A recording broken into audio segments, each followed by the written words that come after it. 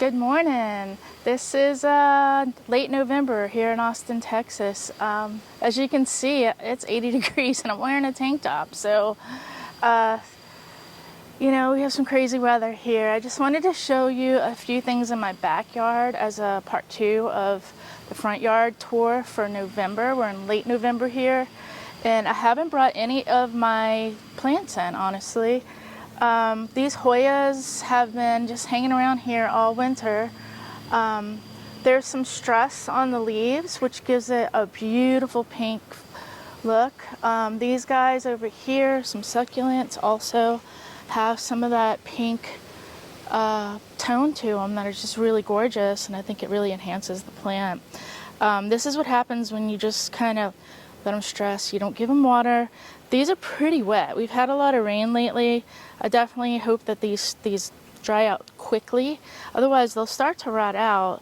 But hopefully before then, there's always a hole in the bottom. You should always have a hole in the bottom of any of your plants and succulents, especially. You always have to have proper drainage. You never want to put it into like a potting soil. You always want to have a really gritty soil. These guys are, they grow out in the deserts, and so they need to have that gritty, well-drained soil always. So this is just a little pup. I could pop this someplace else, as I always do when I'm creating other designs. But for right now, I'm going to stick it right back in the pot and let it keep doing its thing. So we have lots of beautiful plants. We have some aloe. I keep them all in this Mexican pottery, and I tend to not put flowers in them because I really like the foliage to just be part of the beauty and let the planters be foliage. I mean, there's flowers and beautiful color, and I don't want to take away from that. So I think it's a really nice way to display your plants in these Mexican pottery. You can find these everywhere in Austin and any place in Texas.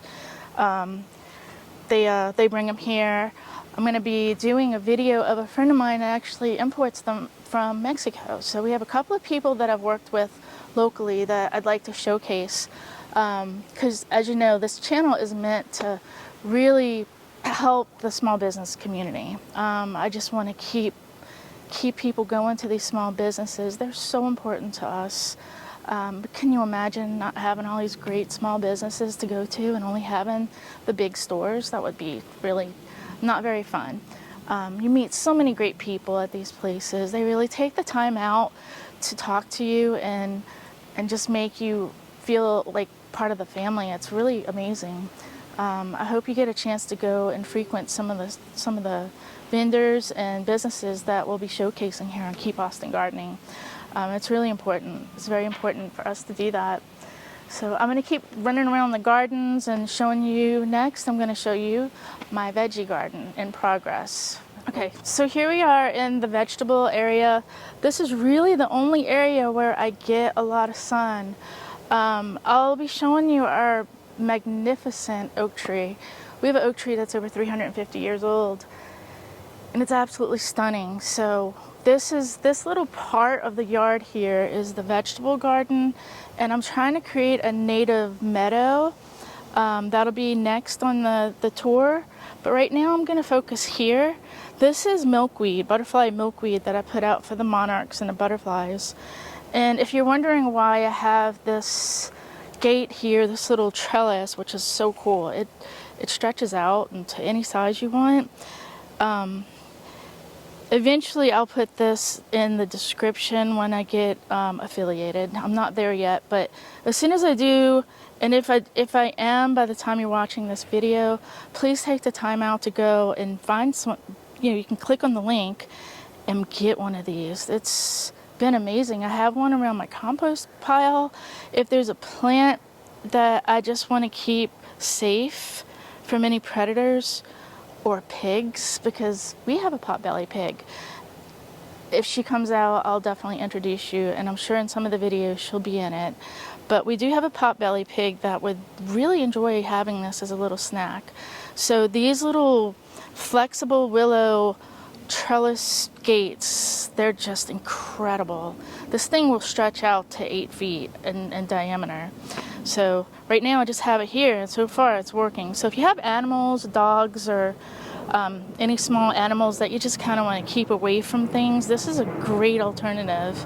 And it looks pretty, so it's not like some ugly wiry thing, which I get, but I just didn't want that.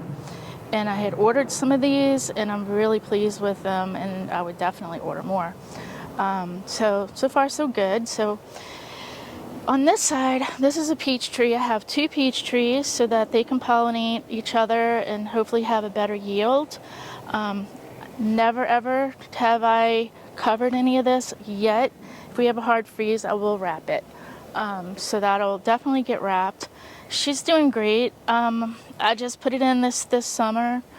I know I've mentioned before we've only lived here a year, so she's a brand new plant. I tried to get my fruit trees in as soon as I moved in because I wanted to get rolling on that fruit tree orchard feel as soon as possible.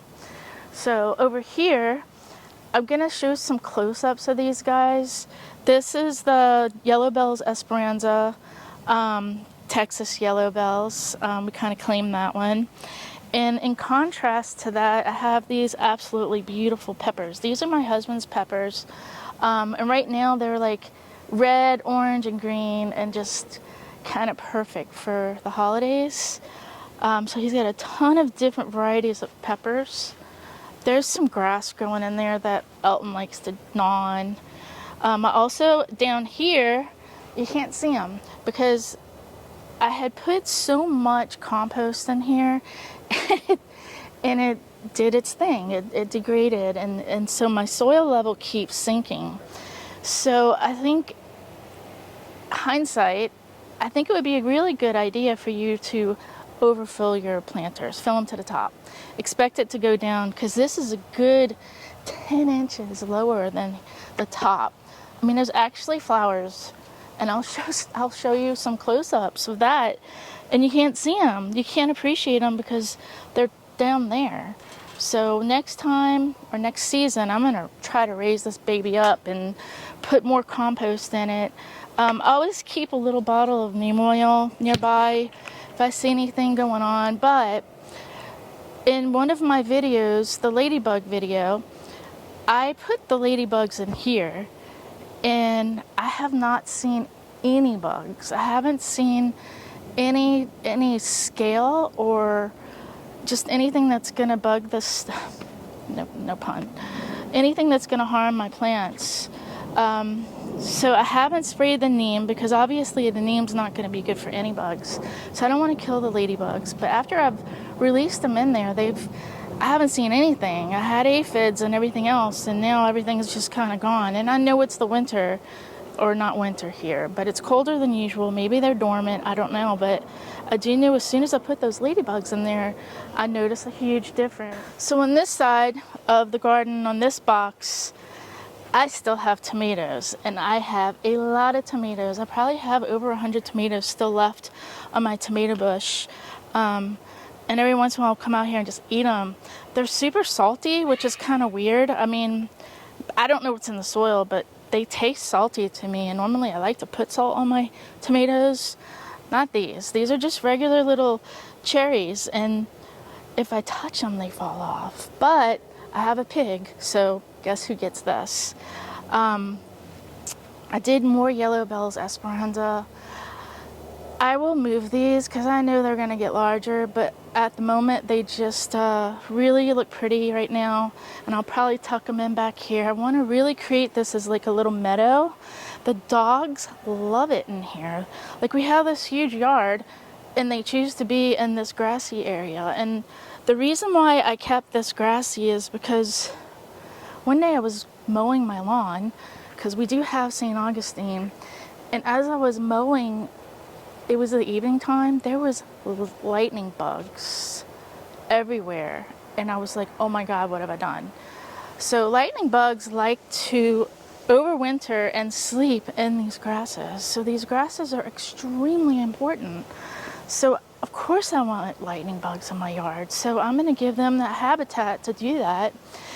And another fun thing that we did for the holidays is I grabbed a bag of the Ladybird Johnson wildflower seeds, and as a tradition that I started this year, we're gonna throw out wildflower seeds in my yard. And so I'm hoping by spring we'll start having some really cool wildflowers popping up back here. You know, the whole sod thing is just not good for us. We don't need that. And we have such a beautiful yard. We have just about a half acre that I just really want to make it very native. And just, you know, back here we have a creek behind our house. I mean, we have all the elements going on for this. So this is really important. And it's just funny to see. We'll come out here and my dog's in there now. Charlotte's over here. I don't know if you can see him laying in the grass, but he is laying in the grass right now. And they just love it. So, you know, I can't ask for more than that. And so I have 2 peach trees that will self-pollinate each other. Or not self-pollinate, but they'll pollinate each other. Oh my God, Charlotte's underneath the tripod, and I think that might be a disaster coming. Charlotte, no. Come here. So pigs are very skittish, and just me making that little abrupt, you know, scared sound, she moved away. They're very smart. They're smart as a 3-year-old. I know that has nothing to do with gardening, but she's pretty special, and she is a big part of our garden. I wouldn't recommend it for anyone. It's a lot of work, and it's rewarding, but it is a lot of work. She's like, they have the mentality of a 3-year-old. So imagine having a 3-year-old for 15 years. So yeah, don't follow me and get a pig anytime soon, unless you really want a pig. Okay, so this side of my garden, we have all of these beautiful native prickly pears that were already there when we moved in. I have seen pictures of them in previous real estate pictures, and they were huge before our massive snowmageddon. So I'm really hoping that, you know, we can nurture them or ignore them until they get big enough to be that way again. I love them. And here, because this is just that little sunny spot in my garden, I have all my spices in this huge pot, and they are doing wonderful, except for the basil, which I did harvest. I have rosemary and oregano and thyme and some mint, and then in the spring, whatever doesn't come back, I'll just replace and just keep it nice and fluffy. So that's doing really well. I never water that either. So a lot of the stuff that, you know, has the same watering requirements, I like to keep together, which, you know, it just makes it easier when I do have to water to know that there's only certain areas that have to be. This area basically gets the least amount of water. This muddy area was there, but Charlotte likes to lay in it to keep nice and cool. In the summer, she kind of hangs out in the mud, and I let her. She leaves the cactus. She leaves everything alone that's in here. On that side, I'll show you, I have some Artemisia, and that also has a really pungent smell to it. Deer don't like it, so if you have any deer problems, that's also a really good plant to stick in your garden, because it smells good to me, but it has a smell that the deer don't like. So if you have deer, you want to put things that have a little bit of pokey, like spikiness to it, and things that have a lot of like smell, like herbal, like oreganos and mint, and things that they just don't really tolerate and like very much. So Artemisia is a beautiful foliage plant, has a wonderful smell to it. So far, it's just taken off. I've seen it in gardens stay in bloom all year long, even through the snow. They'll get a little bit of damage, but they pop right back up every year. So I'm going to go ahead and move on to the next side of the garden. Okay, so over here I have more of my cactuses. I have a little table with just some of my little succulents and things that my kids have painted, and it's a little special place to display those. I'm trying to move my gardens out because I tend to garden right close to the house, but I'm trying to bring things away from the house so I can make the whole garden inclusive. And it takes time to do that and to really make it have that feel. But this is part of my attempt to kind of start bringing that garden to all the way to back. I want the whole yard. Got a big yard now, I want to use every single inch of it. So over here we have the Rose of Sharon. The reason I put this here, I've had thousands of dollars worth of loss of plants that I've put in here. I've tried so many things and nothing seems to work. I literally thought that they poured Roundup here. It was so bad. So my neighbor, and this is a really good tip, has some Rose of Sharon underneath their oak trees. And so I thought, well, that's doing really well. He says that they're about 20 years old. They're pretty big. Definitely, you know, the trunks are huge. So I decided to try it, and it's working. So this one's like a really beautiful purple. There's several different colors. It is related to the hibiscus. And I think it's a great addition. I really hope it survives the winter. I'm going to protect it because so far it's the only thing that's worked. I need to add a little bit of mulch to the base here because it's kind of settling in and there's a lot of root exposure at the top. So I need to top that off with some mulch. This is just the vine that's growing from the back, but I think it's really pretty. So I'm leaving it. We went up higher on our fence up here because there are some houses back that way and I didn't really want to see it, and I thought it was a really pretty backdrop to all this. This fountain is extremely special to me. So to me, this is my specimen. It's not so much, well, my 350-year-old oak tree obviously is, but for me also, for, you know, the sound, this is the specimen. This is a special fountain I bought when my parents passed away, and it's a tribute to them. And so when I think of them, I think about them all the time. But this is just their tribute. So over here, I still have a bougainvillea in bloom. I kind of told you that I was feeding them with some nitrogen, and they're still blooming. Those are kind of a whitish pink bloom. They don't show up too great unless you're really over here looking at them. And then since everything was dying, I started putting things in pots. So I have some blue plumbago in pots, and I also did this monkey grass. That's what we call it, at least. There's so many different names for things, and I'm not very good at all the Latin names. I'm better at common names. We call it monkey grass. And I think there's also liripe. So, and there's different sizes and colors. There's variegated and such. But really? Okay.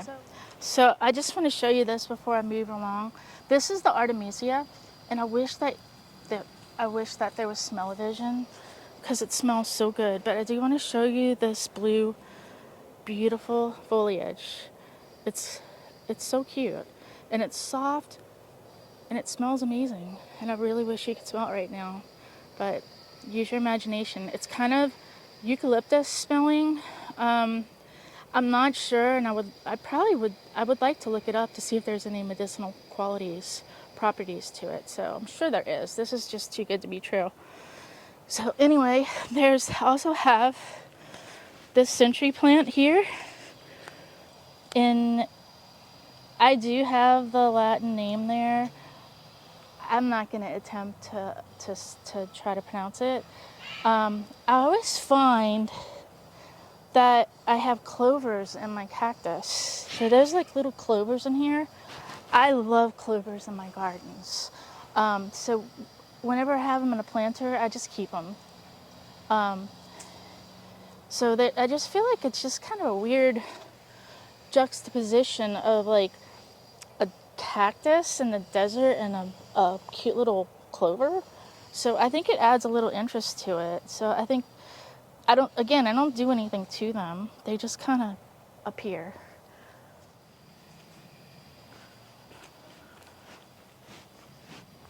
Okay, so this is another little special area. I bought these hanging baskets, and they just keep flourishing. And as the plants decide they don't want to cooperate anymore, that's what we're calling it now, I'll stuff something back in there. I really want to put some cyclamen in there. This is an entrance to an office, my husband's office, that we had built. So I try to make it inviting for him, and he loves it. So he likes the little plants, he likes color. So I'll probably put some cyclamen probably in this little area. So that way when he walks into his office, he has some little flowers. This plant my neighbor gave to me, and I think it's My pig and the dog are playing.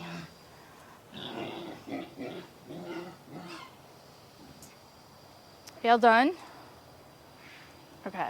So anyway, it's a, I'm not really sure what it is. There's some different, it's a night blooming something. I'm not really sure.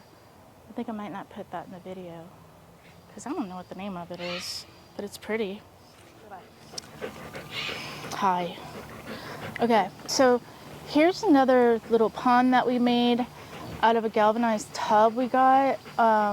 You can get those pretty easily here at the local Tractor Supplies and feed stores. It's really neat. I have a bunch of just little goldfish, and not little, they're actually kind of big goldfish. And I decided not to do koi and do goldfish because koi tend to eat plants. And I like to have my plants, I have these little islands that you stick in there, and I'm sure I'll do another video on that. Elton thinks it's just a big giant water bowl. So he comes over here a lot and sips, but when I feed him, he'll just kind of hang out and watch the fish eat, and it's pretty cute. I think they think he's gonna feed him sometimes, but yeah, we haven't taught him that trick yet. But yeah, it's been beautiful. I got everything at the Hill Country Water Gardens. I'll put a link for that also.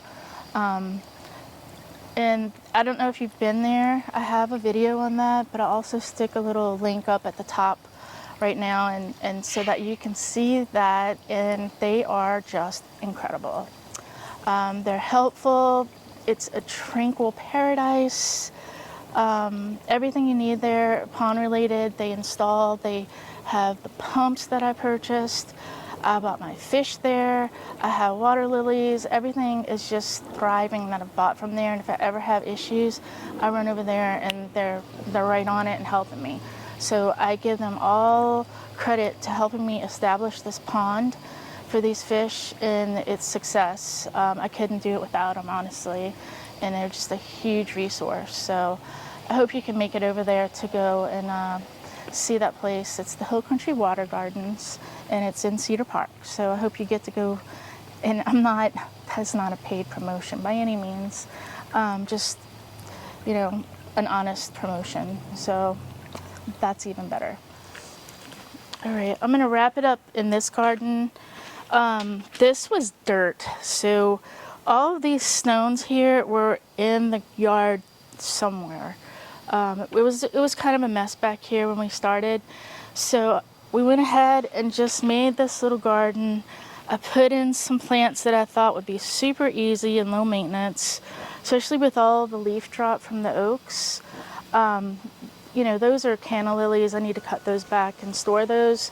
But in the winter, that fills up with water, and then it's a bog plant, so it'll just soak up the water all, summer. So that's pretty easy maintenance.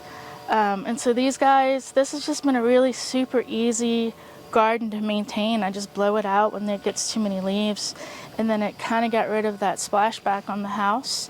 I hate that when you have mud and then the rain and the gutters, or if you don't have gutters, the water comes down and you'll see that drip line here, and then you have all that gross dirt splashed up against your house. It looks ugly. So this was my alternative to that, and it's worked beautifully. All right, so I wanted to show this planter. It's quite beautiful, but I'm gonna let you in on a little secret. This plant is still in the pot. That's so sweet. There's a little lace wing. Sorry, buddy. So yeah, it's still in a pot. I put it in there, and with the intentions of planting it or using it in another area, and it's just kind of in there and doing good. And I'm leaving it, and I'm just planting things around it. So we have a little silver ponyfoot, beautiful contrast to the dark pots. I do that a lot. I use this a lot in my planters that I design. I think it's a great contrast. A lot of people like using black pots, real classic look, and to have this silver ponyfoot and that just silvery white foliage just pop up against there. It's just beautiful. And then the texture of this is fantastic. It holds all of its water in these weird little pods. You squeeze them, they pop, and there's water in it. It's kind of fun. You could do that with your kids or just for yourself if you want entertainment. But yeah, these are pretty great and really low maintenance. So yeah, that's just a little secret between us.